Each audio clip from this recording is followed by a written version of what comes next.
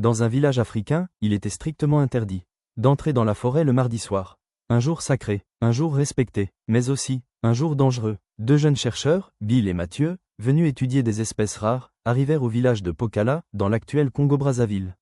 À leur descente du véhicule, le chef du village et son intendant vinrent les accueillir. Ils portèrent leurs bagages jusqu'à la maison du chef, moderne, mais silencieuse.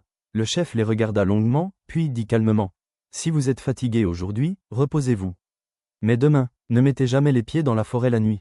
Surtout demain, m'avez-vous compris ?» Ils répondirent oui. Le chef leur proposa de dormir chez lui.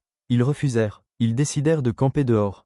Leur campement était moderne, éclairage, tente, caméra, capteur. Cette nuit-là, Bill entendit des pas, des murmures, des acclamations lointaines. Il sentit, comme s'il était observé, mais il se rassura, et s'endormit. À l'aube, il raconta tout à Mathieu. Ils prirent la route vers la forêt, pour une patrouille de jour. Près d'un grand arbre, ils virent des traces. Des pas, semblables à ceux d'un cabri.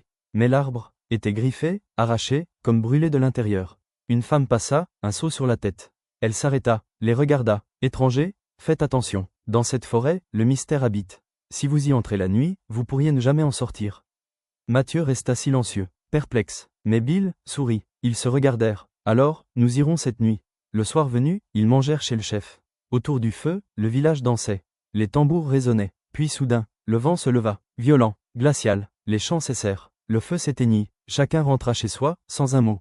À minuit, Bill et Mathieu prirent leurs caméras et entrèrent dans la forêt. Bill marchait devant, puis il s'arrêta net. « Mathieu, regarde. » Devant eux, se tenait un bélier.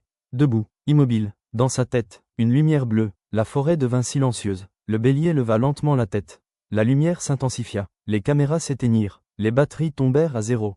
Le sol vibra. Des pas, autour d'eux. Bill voulut reculer, mais ses jambes ne répondaient plus. Le bélier avança, et derrière lui, les arbres commencèrent à respirer.